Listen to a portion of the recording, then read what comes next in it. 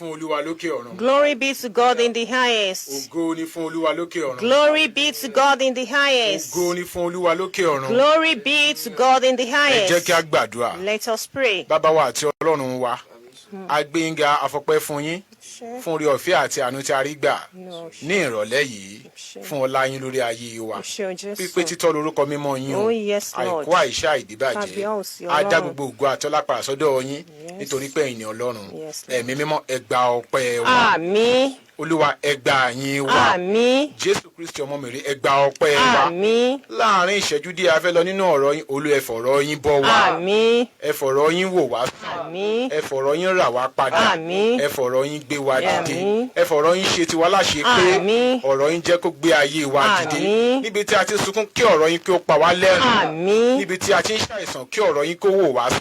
Àmín. Níbi tí a ti sọnù kí ọ̀rọ̀ yín kó wá wa rí. Àmín. Níparí ohun gbogbo kí a rí àánú gbà. Àmín. Ní orúkọ Jésù Kristi Olúwa àti olùgbàlà wa. Àmín, àmín, àmín lórúkọ Jésù. Hallelujah. Hallelujah. A kí gbogbo ènìyàn tó ń gbọ́ wa nílé. We greet everyone listening to us at home. Ní ìkí ọmọ Ọlọ́run alààyè. In the greeting of the Son of the living God. A gbàdúrà fún yín. We pray for thee. Pé lórúkọ Jésù olùgbàlà. That in the name of Jesus the Saviour, we shall receive mercy. Ọ̀rọ̀ Ọlọ́run tí a tún mú wá sétí ìgbọ́ yín lónìí. The words of God that was brought to your listening today. Lórí ètò Onihinrere Sioni. On the program of the Zion, the Proclaimer. Láti ilé iṣẹ́ ìránṣẹ́ Great 101.1 FM. From the Great 101.1 FM. Tí Ọlọ́run alààyè rán wa láti jíṣẹ́ bí wọ́n ti fẹ́ rán wa. That the living God has sent us to deliver today. Ará nínú Olúwa. Brethren in the Lord. Mo máa fi nǹkan kan ṣàpẹẹrẹ fún wa. I will cite an example for us. Láti inú àpẹẹrẹ yìí ni màá ti mú kókó ọ̀rọ̀ fún ọ̀rọ̀ tó ní jáde. And from this example I will bring the theme for today. Mo rin ìrìn àjò lọ sínú ìwé Nehemiah. I had a journey to the book of Nehemiah. Orí kejì.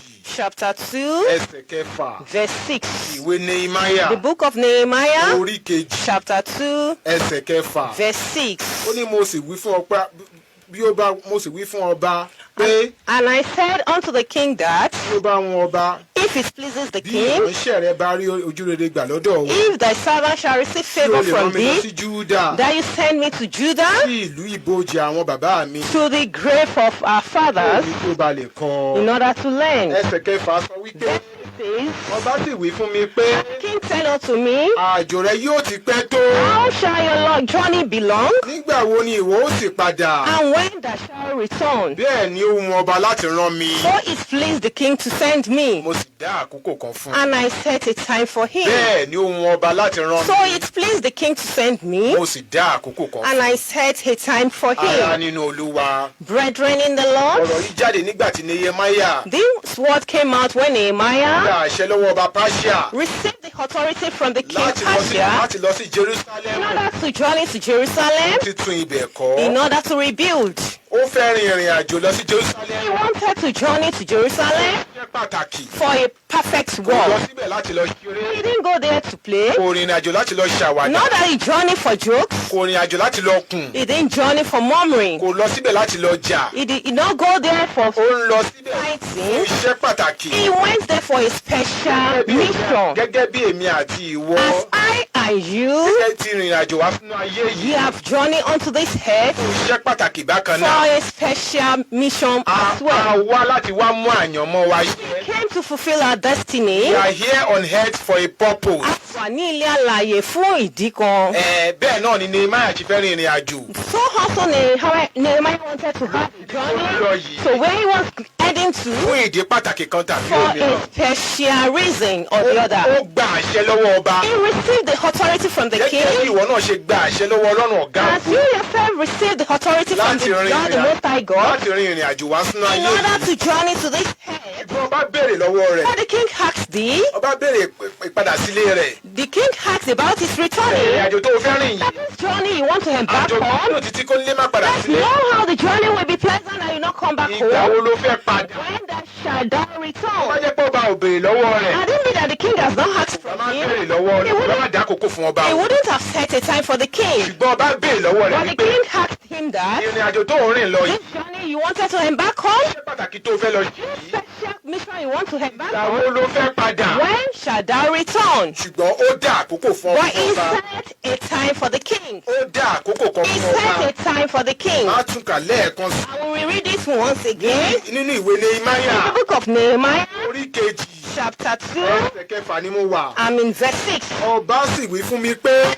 King said unto me, yóò ti pẹ́ tó. how shall thy journey be long? Nígbà wo ni ìwọ ó sì padà? And when shall thou return? Bẹ́ẹ̀ ni ó mú ọba láti rán mi. So it pleased the king to send Mo sì me, dá àkókò fún and ọba. I set him a time. Mo dá àkókò fún ọba. I set a time for the Mo king. dá àkókò fún I ọba. set a time for the king. Ará nínú Olúwa. Brethren in the Mọ́mí Lord, àti dádì. mommy and daddy, Bọ̀dá àti sísá. brothers and sisters, Ṣé ti ń gbé wọn lọ́nà ọ̀gá? wherever you are listening to the voice of the Most High God Ẹ from dá us, àkókò fún ọba o. set a time for the king. Ẹ dá àkókò fún Set ọba o. a time for the king. Gbogbo àwọn nǹkan tá à ń rí nínú ayé All those yìí. things we are facing on Ó earth ti jẹ́ ká gbàgbé àkókò. had made us to forget the time. Ó ti jẹ́ ká gbàgbé àkókò. Have made us to forget the Ó ti time. jẹ́ ká gbàgbé pé ayé yìí kì í ṣe ilé wa. Have made us to forget that this earth is not our Ó ti jẹ́ home. ká gbàgbé wípé a ní ibì kan tá à ń padà lọ. It has made us to forget that we have a special place that we are Ó going ti to jẹ́ ká return. gbàgbé nípa gbọ́dọ̀ fi ayé yìí ra ayé ibòmíràn It fún ara wa. has made us to forget that we must buy another life with this earth for us. Gẹ́gẹ́ bí Jésù ti pera rẹ̀ ní ayérayé. As Jesus has called himself eternity, Bẹ́ẹ̀ ni Jésù sọ fún wa wípé also Jesus is telling us lónìí that lórí ètò Onihinrere Sioni, today on this program, the Zion, the proclaimer, àtèmi àti ìwọ, both I and you, a dá àkókò fún we ọba. have set a time for the king. Ìwọ olè ó dá àkókò fún ọba You o. robber, you have set a time for the king. Ìwọ ìka ènìyàn ó dá àkókò The fún ọba o. wicked one, you have set a time for the king. Ìwọ apànìyàn ó dá àkókò fún You ọba o. murderer, you have set a time for the king. Ìwọ onírọ́ ó dá àkókò fún ọba o. Liars, you have set a time for the king. Ìwọ abatẹnijẹ́ ó dá àkókò fún ọba.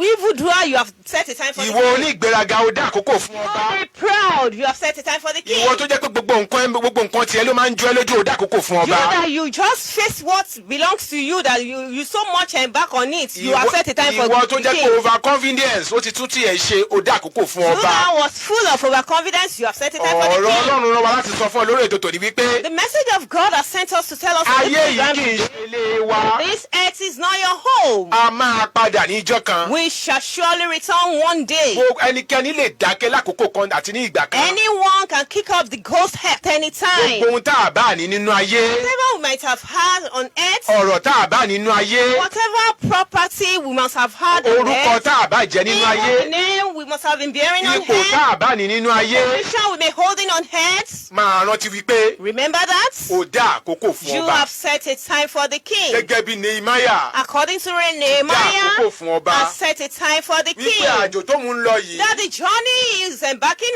on òun padà bọ̀. is coming back. Ṣùgbọ́n nǹkan tó yani lẹ́nu púpọ̀ ni But wípé what amazed one so much was ó that sì mú ọba láti rán ọ it lọ. pleased the king to send him. Gẹ́gẹ́ bí ó ti rán adániwáyé láti rán wọ náà wá As sínú he ayé has yìí. said the creator to send you to Ó this mú world, Ọlọ́run àwọn Ọlọ́run láti rán ẹ wá sínú it ayé yìí. pleased God to send you to this Nínú world. ìdílé yẹn ó ní ìdí pàtàkì tá a fi ní kó o wá. You have a reason for being in that family. Nínú ìjọ yẹn ó ní ìdí pàtàkì tá a fi ní kó o You wá. have a particular reason for being in that Ládùúgbò church. tó wà yẹn ó ní ìdí pàtàkì tá a fi ní kó o Even wá. in the community you have a special reason for being Láàárín there. àwọn ọmọ bàbá láàárín àwọn ọmọ ìyá ó ní ìdí pàtàkì tó fi ní kó o wá. Among the siblings, it has a reason for you to be there. Láàárín àwọn ọ̀rẹ́ tó wà ó ní ipa pàtàkì tí Olúwa fẹ́ kó wá kó You níbẹ̀. have a great impact in order to take in among your friends. Ó mú ọba láti rán Nehemiah lọ. It pleased the king to send Nehemiah. Bẹ́ẹ̀ náà ló ti mú àpáta ayérayé So also it pleased the Rock of Ages láti rán ẹ wá sínú ayé to yìí send you to this world fún iṣẹ́ pàtàkì. for a special mission. Gbogbo ohun tí o sì ń ṣe nínú ayé Everything you are doing on máa earth, rántí wípé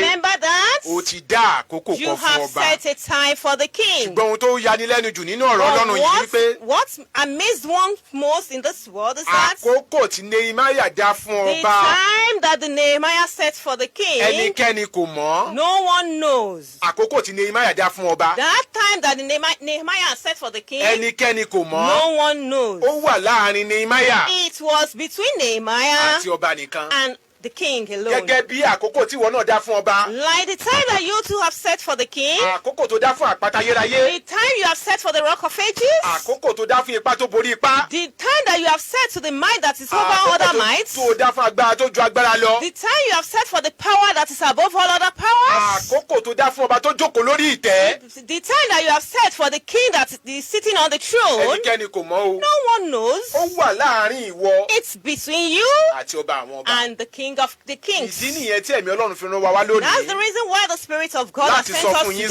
to tell you, sir, láti sọ fún yín mà, to inform you, man, wípé that ẹ̀dá àkókò kan fún ọba. you have set a time for the king. ló níbi tẹ́ ti ṣe ẹ̀dá àkókò kan fún ọba. In your working place, you have set a time for the nínú ayé king. tá a wà yóò ti ní àkókò kan tá a dá. Even on this earth, you have set a ìdílé time. ìwé mímọ́ ṣe sọ wípé. So therefore, the book of God says, ìwé mímọ́ sọ fún wa the wípé. Holy Book says, ènìyàn méjì á máa lọ. two people can be a ó going, mú ọ̀kan. one will be taken, a ó fi èkejì sílẹ̀. and the second will be left. ọkọ àti ìyàwó á wà nínú ilé. Both husband and wife will be at wọ́n á máa home. sọ̀rọ̀. They will be communicating. ìkan á kàn dákẹ́. One will just a ó mú talk, ọ̀kan. one will be taken, a ó fi èkejì and sílẹ̀. the other one will be left. àwọn tó ń ṣiṣẹ́ níbi iṣẹ́. Those that are working in their working wọ́n á máa places, ṣiṣẹ́ níbẹ̀. they will be working, a ó dẹ̀ mú ọ̀kan. and one will be taken, a ó fi àwọn tó kù sílẹ̀. others will be left. àwọn àgbààgbà tó ń jókòó nínú pẹpẹ. Even the elders sitting on the àwọn ikọ̀ altar, àti ìríjú. the steward and the workers of àwọn God, òṣìṣẹ́ nínú ìjọ the Ọlọ́run. workers in the church Hey, of God. a kàn mú ọ̀kan. One will just be taken, a dẹ̀ fi àwọn yòókù and the sílẹ̀. rest will be left. nítorí wípé Because oníkálùkù each and everyone ní àkókò tó dáa fún has ọba. set a time for the king. jẹ́ kí n kó tún kabẹ̀ ẹlẹ́ẹ̀kan sí Let me o. reread that place once ẹ̀yin tẹ́ ẹ again. ṣẹ̀ṣẹ̀ ń dá pọ̀ mọ́ wa Because are just joining us lórí ètò Onihinrere Sioni on lónìí. this program, Zion the Proclaimer Ìwé today. Nehemiah Book of Nehemiah, orí kejì chapter 2, ẹsẹ̀ kẹfà la wà. verse 6. tó wí pé says, ọba sì wí fún mi pé And the king said unto me, àjò rẹ yóò ti pẹ́ tó. How long shall thy journey be? nígbà wo ni ìwọ ó sì padà. When shall thou return? bẹ́ẹ̀ ni ó wù ọba láti rán mi. So it pleased the king to send me. mo sì dá àkókò kan And fún I ọba. set a time for the king. mo sì dá àkókò kan fún And I ọba. set a time for the king. mọ́mì ẹ dá àkókò kan fún ọba. Mommy, you have set a time for the king. dádì ẹ dá àkókò kan Daddy, fún you have ọba. set a time for the king. àǹtí ẹ dá àkókò kan fún ọba o. Aunties, you have set a time àwa for the náà king. kúkú ti rí báyìí. We have all seen it. ọ̀rọ̀ ó Like this. dìgbà tí n bá pé tí ó dìgbà tí n bá pé 90 kan. Not until I'm 80 years or 90 years old mi máa tó padà sílé. that I'll go back home. bàbá àǹtí 40 wọ́n ti ń fi àkókò sílẹ̀ ń padà sí ibi tó ti Even wá. 40 years old will leave the time and go back to his home. or èèyàn her kan home. èèyàn kan lọ́sẹ̀ tó kọjá at 50 years. Someone- wọ́n dẹ̀ ló ti tó ó dẹ̀ padà síbi tó ti wá. Someone last year, 50 years ago, she got to her bus stop and she returned back to her home. ìdí tá a fi gbọ́dọ̀ máa ronú pé That is the reason why we must be gbogbo oyè thinking tá a jẹ nínú ìjọ that all the title that we have been given in the aṣọ tá à church, ń rà jọ the garments we are owó buying, tá à ń kó sí even báǹkì the money they were saved that we are saving in the bank. dádì ìyàwó tẹ̀ ń fẹ́ jọ yẹn Daddy, your wives, àwọn ọ̀rọ̀ tẹ̀ ń kó jọ all those your ẹ máa property, rántí wípé remember that ayé yìí ló mọ it is only for this earth. àtẹ̀mí Both I àtẹ̀yìn and you, gbogbo wa jùmọ̀ dá àkókò kan fún we ọba all have set a time for the king. lórúkọ Jésù In a ó the rí name àánú of gbà Jesus, we shall obtain mo wá mercy. gbàdúrà wípé I pray that ní ọjọ́ tí owó kò ní lọ́lá when money will not be tí honorable, aṣọ kò ní níyì that the garment will not have gbogbo wa honor, yóò jùmọ̀ dúró níwájú ìtẹ́ that we all stand before the judgment. gbogbo àwọn oyè tá à ń pọ́nlé nínú ayé yẹn tí ò ní tàn ní fi pẹ́nikẹ́ni All níbẹ̀ those titles that we have taken on hand that will not be used in order to recognize wọn ò ní anyone forúkọ there. church anybody pé The name of your church will not be wọn ò recognized ní by fi you. branch anybody pé Even each branch will not be recognized wọn ò by ní you. béèrè wípé èlò ló ní nínú You will account not be asked for the amount you have in your wọn ò ní account. béèrè wípé ìyàwó mélòó ló You fẹ́ will not be asked concerning the number of wives you married to. wọn ò ní béèrè pé ọmọ mélòó ló bí You will not ask the number of children you gave birth to. wọn ò ní béèrè pé ìlú mélòó ló ti travel You lọ will not be asked for the number of the cities you have mo traveled gbàdúrà to. fún gbogbo wa I pray for ní ọjọ́ everyone náà on that omi day. ẹkún àti ìbànújẹ́ That tears of kò ní sorrow ba ìwé ìyè wa will jẹ́ not destroy our life book. ètò Onihinrere Sioni ló ń lọ The lọ́wọ́lọ́wọ́ program Zion the Proclaimer lórí is ìkànnì Great ongoing 101.1 on FM Great FM 101.1 ní FM Stainless ní Ṣómọ̀rin ní at Abẹ́òkúta Stainless Shomorin à ń Abeokuta. padà bọ̀ orí ètò náà la ṣì We wà are coming back. We are still on ẹ the ṣe púpọ̀ nǹkan program. tẹ́tí sí wa. Thank you for listening to us. Great Radio 101.1 ìròyìn ayọ̀. Automatic Mercy Interdenominational Crusade. Jésù ọba aláàánú dé.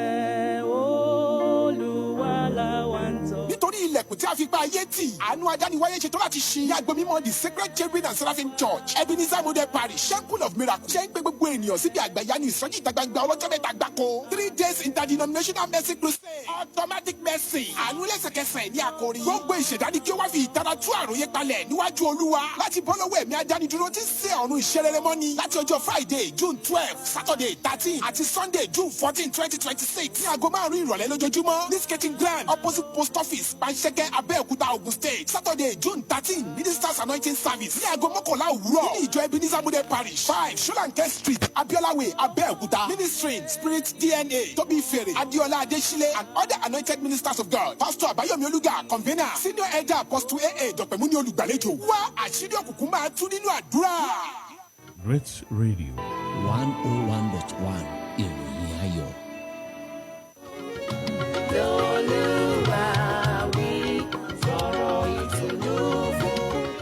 Ẹ káàbọ̀ padà. You are welcome back Sórí ètò Onihinrere onto Sioni the program Zion the Proclaimer láti iléeṣẹ́ Great on the Great FM 101.1 FM 101.1 ní Stainless ní Ọbántòkù ní Abẹ́òkúta. Stainless at Obantoko. Ọ̀rọ̀ Ọlọ́run tí a mú wá sétí ìgbọ́ The gbogbo wa. message of God that we have brought to your Òun ni a hearing ṣàwárí is being sought for nínú ìwé Nehemiah in the book of Nehemiah Orí kejì, chapter 2 ẹsẹ̀ kẹfà verse 6 tó sọ wípé that says, mo dá àkókò kan fún ọba. and I set a time for the king. Mo dá àkókò kan fún. I have set a time for the king. Nehemiah dá àkókò fún ọba Nehemiah set a time for the king nígbà tó fẹ́ rin ìrìn àjò when he wanted to embark on a láti lọ tún journey Jerusalem in kọ́. order to rebuild Ó dá Jerusalem.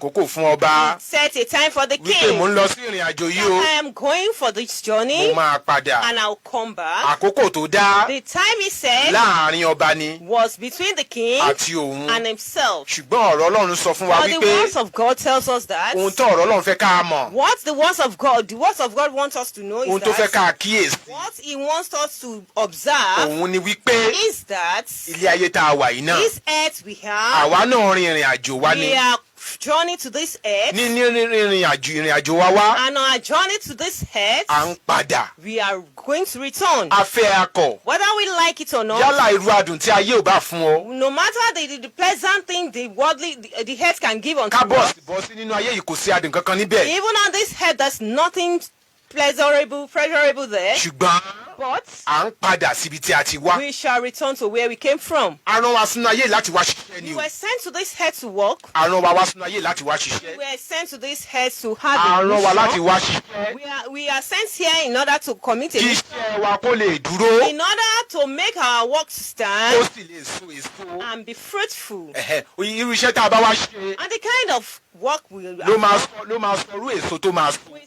we tell us the time of fruits in Bóyá the year. bóyá iṣẹ́ wúrà ni Probably is that of that gold àbí iṣẹ́ koríko. or that of grass. Bóyá iṣẹ́ wúrà ni Whether the work of gold àbí iṣẹ́ koríko. or that of grass. Bóyá iṣẹ́ wúrà ni Whether the work of gold àbí iṣẹ́ or koríko. that of grass. Iṣẹ́ wúrà tí iná bá kọjá lára rẹ̀ ó máa dán. The work of that gold, whenever fire pass through it, it will shine. Ṣùgbọ́n iṣẹ́ koríko tí iná bá jó ó máa di eérú. But that of grasses, when it's being affected by fire, Òun it's lórin got wá- to ashes. òun lórin wá kan ṣe sọ pé ọjọ́ ń bọ̀ tá ò dán gbàgbọ́ yín wò. That is why our e-book says, a day is coming in which your faith will be tempted. Kérúbù òun Séráfù táyé. Cherubim and seraphim of this Ó earth ní iná la ó fi dán gbàgbọ́ yín wò. says that fire shall be used in order to tempt you. Ó ní ẹni bá jóná ó pàdánù. And whosoever it's being So consumed tí will lose. iná bá jó wúrà, If fire consumes irú wura, bí iná yóò bá ṣe gold, lágbára tó, no matter how powerful the ó fire, máa dán ní it kẹ̀yìn. will continue to shine at the Ṣùgbọ́n tí end. iná bá jó koríko, But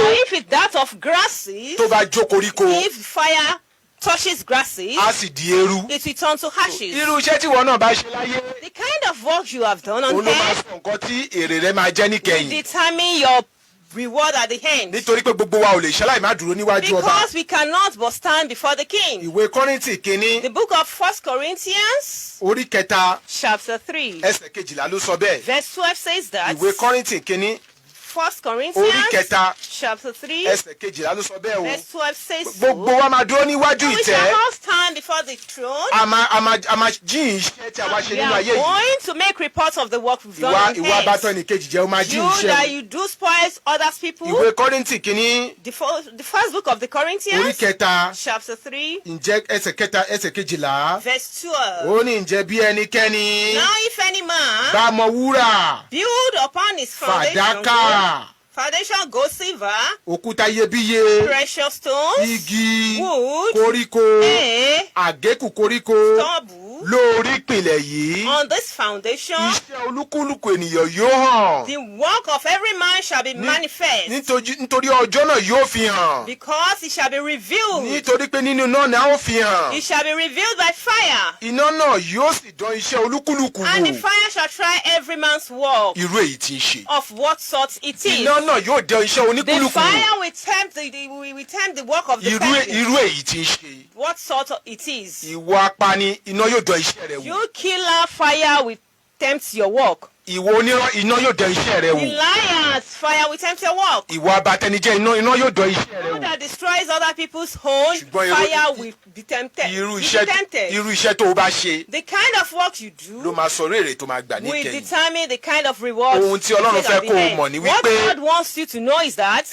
à ń padà sílé we are going back home. kò sí ilé tó kọ́ a máa padà There is no how mansion you have built, you are going to return home. irú mọ́tò tó kó jọ a máa padà No matter the car you have, you are going to return. irú obìnrin tó kó jọ a máa padà No matter the kind of woman you married, you are going iye to owó back. tó kó sínú àkáǹtì a máa padà No matter how huge amount you have in your Irú gbogbo account, àwọn- you shall return back. irú gbogbo àwọn investment ta kó káàkiri a máa padà. Even all kind of investment you have, you shall surely òun return. lè máa ṣe ń sọ fún wa wípé That's why Nehemiah is telling us mo sì that. dá àkókò And kan I fún un set a time for him. jẹ́ kó wà lọ́kàn rẹ lálẹ́ ìbòjú fẹ́ lọ Let sùn it be at the back of your mind tonight Wípé before you go to o bed dá àkókò kan that fún you have set a time for him. o dá àkókò You kan have fún set a time for kì í him. ṣe fún ènìyàn Not for man, kì í ṣe fún ọkọ not for the kì í ṣe fún husband, ìyàwó not for the kò wife, ń ṣe fún ọmọ not for the bí kò children, ṣe fún ọba àwọn ọba except the King of the bí kò ń ṣe Kings, fún adániwáyé the Creator.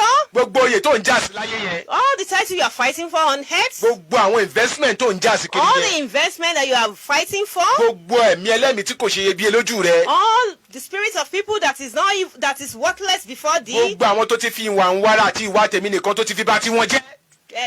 those people that you have spoiled their home with your selfishness, màá rántí wípé remember a máa that dá àkókò kan fún ọba you are going to set a time for the lórúkọ king. Jésù mo gbàdúrà In the fún ọ name of Jesus, I kí pray Olúwa kó for fọlá thee fún ọ̀rọ̀ rẹ̀ that the Lord shall honor fún his word ìgbélékè ẹ̀mí wa for the upliftment of our gbọ́n kó tí ń souls. fi ọlá fún ọ̀rọ̀ rẹ̀ nínú ayé wa Honoring his words in our kí life, àwa náà kó yọ̀ǹda ara wa fún ọ̀rọ̀ we rẹ̀ should surrender ourselves to kí his ọ̀rọ̀ rẹ̀ word kó lè jẹ́ alága so pàtàkì nínú ayé wa that his word will be a chairman kí in àánú our rẹ̀ kó sì life ṣe àṣepé iṣẹ́ nínú ayé and wa his mercy will make perfection in our lives. ọba sọ wípé The king said, Nehemiah sọ wípé ọba wípé Nehemiah said concerning the king nínú ayé búburú yìí that in this wicked world, gbogbo wa dá àkókò kan we fún ọba have all set a time for the king. àwa lásán We are not here on ní vain. agbára kankan lórí We ara don't wa have any power over ní ọgbọ́n ourselves, kankan lórí ara wa no knowledge over gbogbo wa ourselves. pátápátá la Everyone dá àkókò kan fún ọba has set a time for the mo king. gbàdúrà fún ọ I pray for thee pẹ̀lú gbogbo ìlànà àkókò fẹ̀fẹ̀ nínú ayé with yìí all your struggling on this mo earth. gbàdúrà fún I ọ pray for thee ìrìn àjò rẹ nínú ayé your yìí journey on this earth. lórúkọ Jésù In the name of kò ní Jesus, já sásán be in vain. nígbà tí gbogbo yóò pajúdé lálẹ́ yìí ayé yìí While everyone will close their ta ó eyes lajú sí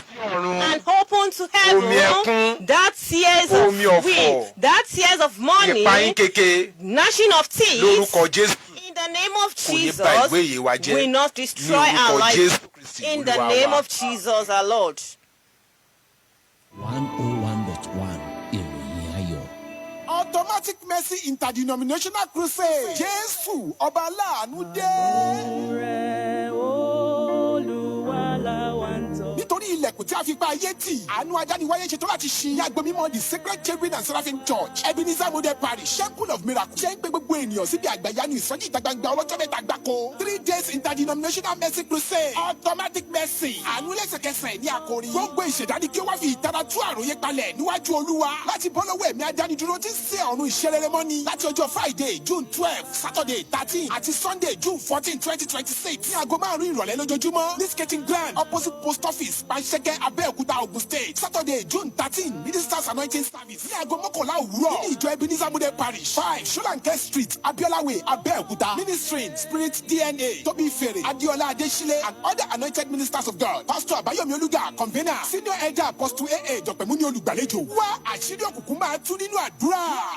Great Radio 101.1 ìròyìn ayọ̀.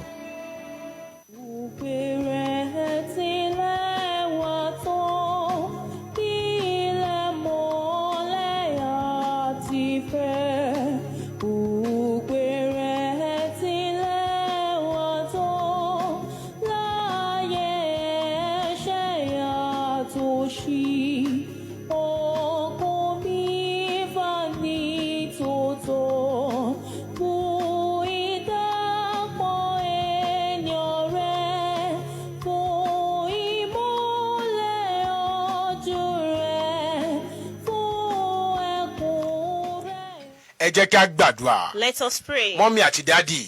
Daddy and mommy, níbikíbi tẹ́ ti ń gbé wọn Ọlọ́run lẹ́nu wa. wherever you are listening to the voice ẹ of darapọ̀ mọ́ wa nínú God, àdúrà yìí. join us in this prayer. Olúwa Oh Lord, fi àánú gba ìrìn àjò mi nínú ayé yìí. take my journey with mercy on this Fi àánú earth. gba ìrìn àjò mi nínú ayé Take yìí. my journey with mercy Fi on àánú this earth. gba ìrìn àjò mi nínú ayé yìí. Please to take over my journey Àdúrà with mercy. orúkọ Jésù.